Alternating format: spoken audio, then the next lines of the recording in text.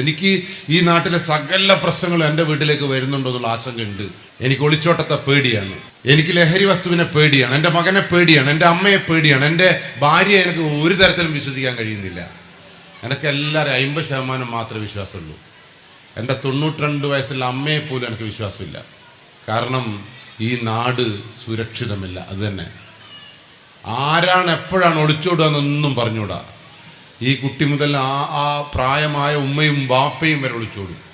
അപ്പോൾ ഈ ഉമ്മ എന്നെ നോക്കിയിട്ട് ചോദിക്കുന്നത്, ഈ പ്രായമുള്ള ഇനി എന്തിനാ എന്നെ നോക്കി പറയുന്നത്, ഞാൻ ഇനി ഏടിയ ഒളിച്ചോടുക, ഈ വയസ്സുകാലത്ത് എന്നെ ആരാ കൂട്ടുകയെന്നല്ല നിങ്ങൾ ചോദിക്കും.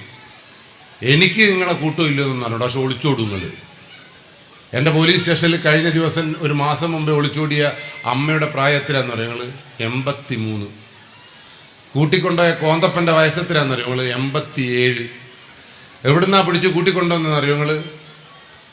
പറശ്ശിനിക്കടവ് അമ്പലത്തിൽ പയര് തിന്ന് 2 ആളും കുത്തിരിഞ്ഞിട്ട് ആടുന്നാണ് ഈ 83-നും 87-ൻ്റെയും കാമുകനെയും പിടിച്ച് കൂട്ടിക്കൊണ്ടുപോകുന്നത്. ഇത് കേട്ടപ്പോഴും നിങ്ങൾക്ക് സങ്കടമൊന്നും ഉണ്ടായില്ല. പക്ഷെ ഞാൻ എൻ്റെ വീട്ടിലേക്ക് കടന്നു വന്നപ്പോൾ എൻ്റെ 92 വയസ്സുള്ള അമ്മയെ എനിക്ക് പേടിയാണ്. കാരണം അമ്മക്ക് എന്തെല്ലോ ഒരു കളി, ഫോൺ ഇങ്ങനെ വെക്കുന്നു, ഫോൺ അങ്ങനെ വെക്കുന്നു. എൻ്റെ അമ്മ ഒളിച്ചോടുമോ എന്നുള്ള പേടി എനിക്കുണ്ട്.